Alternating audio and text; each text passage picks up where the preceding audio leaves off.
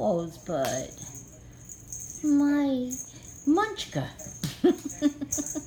She's so cute. She is the cutest. And she don't weigh no more than a maggot. She's my little maggot. She's so sweet. But she's vicious. Oh, she's the hisser in the house. She's the only girl. And she hisses like crazy. If I hear hissing, I know it's the girl. It's not the boys, any of the boys. It's the girl. There's my beauty. Oh, pretty boy, pretty boy. Oh, there you go. Oh, can you do? Oh, there's Vibranium, my Black Panther. Oh, he's beautiful. Oh, I love this guy. He's excellent.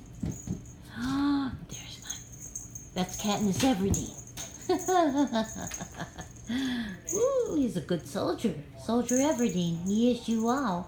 Yes, you are. Look at this guy. Look at this. Why don't people like black cats? He is so beautiful. Vibranium, you are gorgeous. Also known as Edgar Allan. See, the hiss? That was the girl. That wasn't Edgar Allan Poe. That was the girl hissing. He's used to it. He knows not to mess with her. He knows.